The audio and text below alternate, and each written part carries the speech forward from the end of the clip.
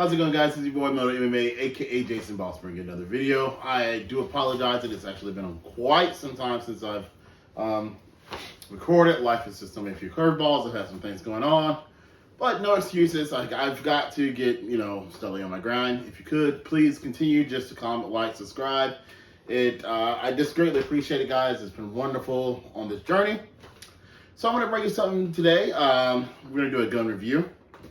And what we're going to do the gun review on is a budget Smith&Wesson that I brought. Now, I've actually already shot this gun. I've shot about 115 rounds through it. So it is not a first time unboxing, but I wanted to kind of add some of that in this video. You get to see me actually shoot the gun. So I thought I'd just do it a little bit different than just an unboxing and then try to do a video where I shoot later. All right. So when you do get this brand new out of the box, now, like I said, I did already unbox this. This is kind of what it looks like inside of the box here. Except their gun would actually be inside of like this little blue foam padding thing. It would actually be inside of that. Now, this is a budget gun. This is the Smith&Wesson SD9 VE. VE stands for Value Edition. Now, this gun is actually a little bit different than the original one. They kind of upgraded it a little bit. The original one, they said they had a lot of problems with the trigger. It was just really kind of heavy to pull. This one is a lot lighter, but still somewhat of a heavier trigger pull, I would say, than the like some of your more high performance guns. But for a everyday carry type of gun, concealed carry, this is actually something that you kind of want, a gun with a little bit more of a heavier trigger pull. It just kind of keeps accidents down, and in a way that's its version of a safety, because this gun doesn't come with the safety. So this is actually the gun itself. Now I'm going to put a couple of pictures of it up here. I'm going to put a picture of it, in my hand. So just so you know, I'm going to do everything by the book here. I'm going to drop it. There's nothing in the magazine. It's empty. Gonna rack it back. Nothing in there. Drop that again. Visually inspect. Nothing. So the gun is empty, guys, okay? So there are a lot of things I like about this gun. There's a lot of things about the gun that I would change, but I will say for $374 is what I paid for this gun at Rural King. It's actually not a bad buy at all, okay? Now this gun holds about 16. You're gonna get inside the box here. You're gonna get 2 magazines, holds 16. You're gonna get your lock, and then you're gonna get your literature, things like that about it. You're gonna get your manual. Again, I always encourage reading your manuals on your gun. Whoop. That way, you can kind of know what kind of ammunition you need to put in there, what kind of ammunition you should probably stay away from, how to clean it, how to fix any problems that, are normal problems, things like that. The manual is always good just to kind of go over. That way you can have the general rundown of information of your firearm.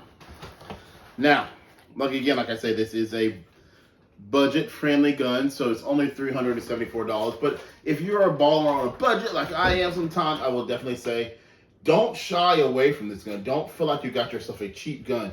You honestly did not. This is a very good gun for what you pay for it. You see that there? Okay. Of course, we do have the slide cuts in the back and in the front.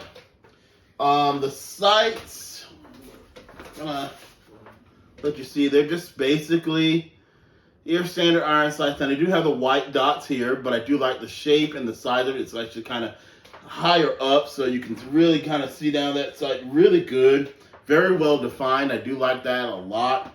You can always, put your little fluorescent green or orange or red, whatever you just want to put that in there, so you get more of the glow in the dark or more of a attention grabbing color if you don't like the white. So that's not really a huge bummer.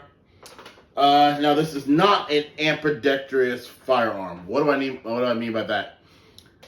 If you look, there's nothing here on the left side. I mean, it is not. It's just a right-handed shooter only. You know what I mean? I don't even know if they make this left-handed. It looks like here, though, I do see where you could possibly have the option for at least the magazine release on this side to make it ambidextrous. Having a hard time getting that word out tonight.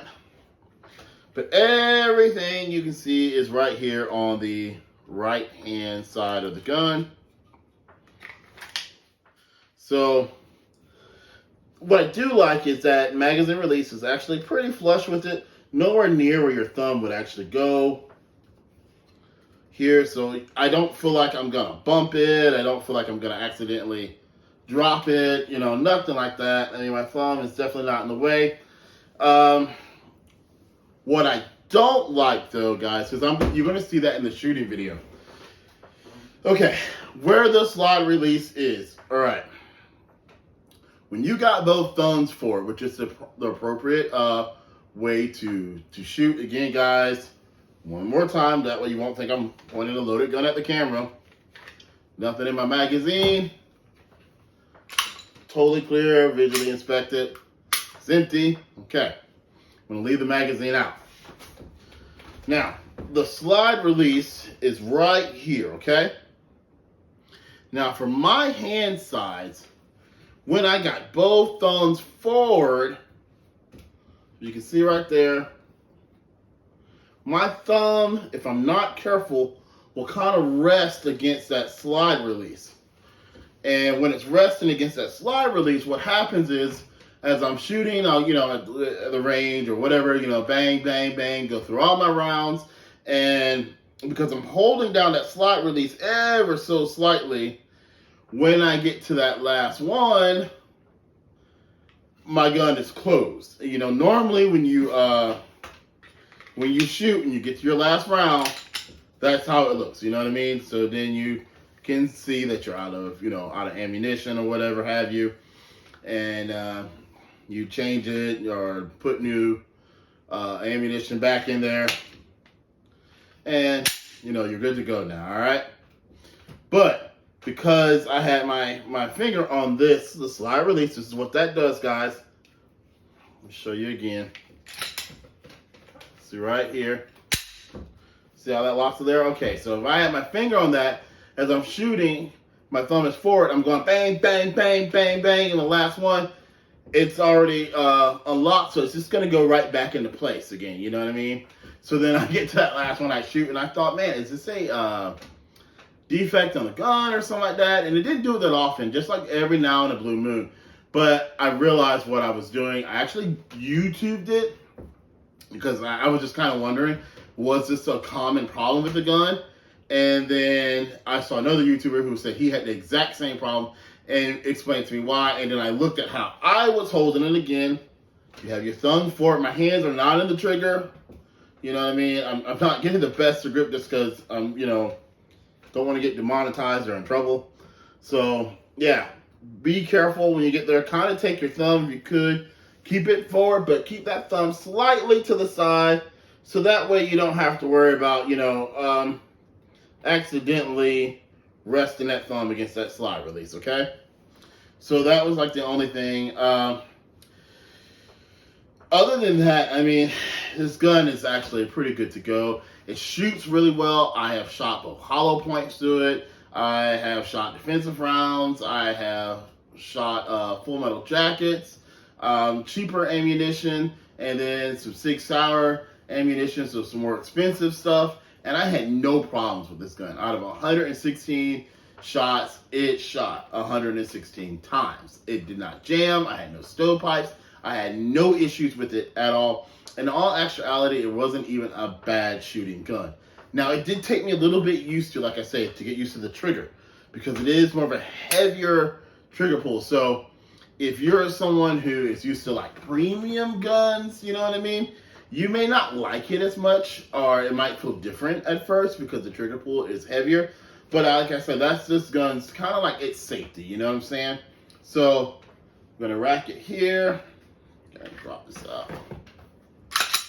Okay. Fire. And then listen to the reset. About right there. So that's not the worst reset, really. And you're able to fire again. It's really not that bad. I'm gonna do that again. So I'm gonna fire initially. That initial one is just a good hard pistol, guys. And then if you can hear this, but right there. So it's not the best, but they've definitely done a good job of redoing this trigger pull. I want to say it's a 7-pound trigger pull. So, I mean, it's not one that you're going to pull on mistake. I mean, you're not going to get this back on mistake. You can see that there. I mean, nothing. I'm going to have to really pull that trigger. So, that's actually not the worst thing, like I say, ever. Especially if you got one that you are, you know, maybe appendix carrying, or, you know, like your everyday carry. You just don't want it to go off on you for any mistakes or whatever have you. You're not worried about accidentally blowing your junk off or nothing like that. Not with this gun. And once you do shoot it, though, like I said, the reset really isn't that bad. That's something I think that they said they approved with the new value edition of it. So the reset really isn't that bad. The recoil really isn't that bad at all. I shot actually pretty well for this gun. It's been a little while since I did shoot, so you got to forgive my shooting. I was definitely pulling a little bit. I even think my son kind of kicked my butt on even on this one. You know, we just had a great time with it, and he is 12, so I mean, I'm telling you, if a 12-year-old can handle this firearm and it not scare him with the recoil and the loud noises and all that kind of stuff, I don't think you got a bad firearm for the money at all. And like I say, brand new, $374. Okay, I'm going to throw in some of the shooting parts. You're going to see, like I said, where I mentioned this whole slide thing, but like I said, that was just my finger on there. Other than that, guys, I think you have yourself a really good budget 9mm handgun.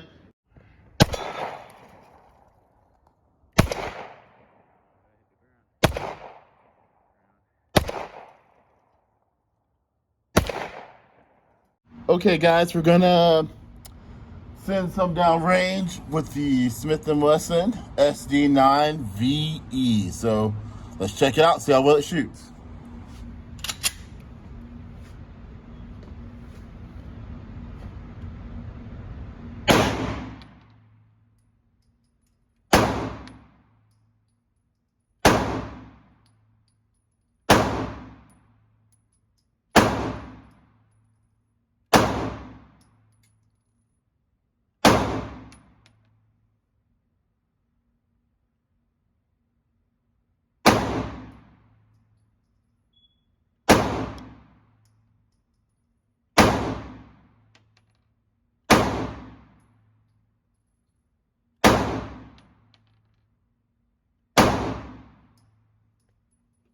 We're gonna bring it in some here.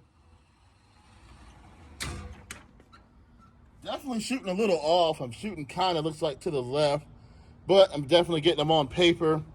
A lot better than I was shooting the other day. I'm still a rookie at this, guys, but hey, as long as I'm getting them on paper, I'm happy. So I'm gonna send it back down range. I'm gonna shoot a few more off. And right now, to mention, by the way, I'm shooting hollow point ammo. It is from Sig Sauer. So yeah, I'm gonna go to put this back down range and pop off a few more of these hollow point rounds. All right.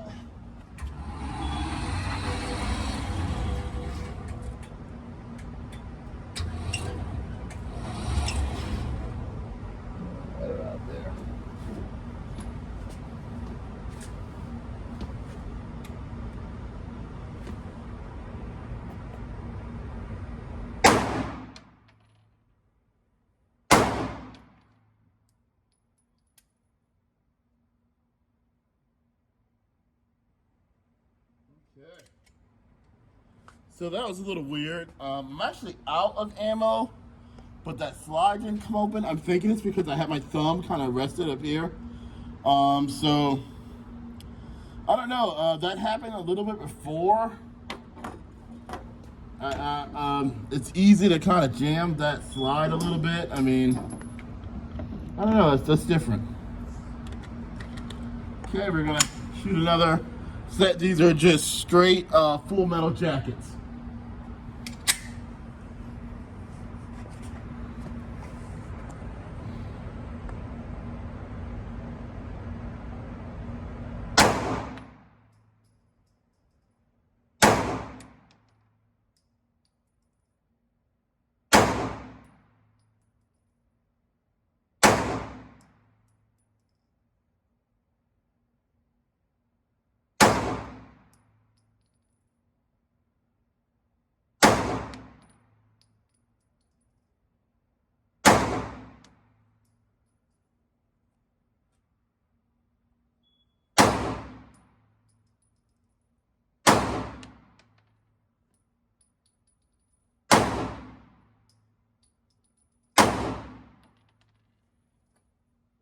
Bring it down here. Definitely got to readjust these sights. It's got me going off a little bit more to the left. Could be the shooter, but I mean, we're definitely nailing the target a couple different times, a few different spots. Right here is a little bit more off than what I would have liked, but yeah, so far pretty darn good. It's not the smoothest shot, but it's definitely a pretty dang gun. I like it. I like it.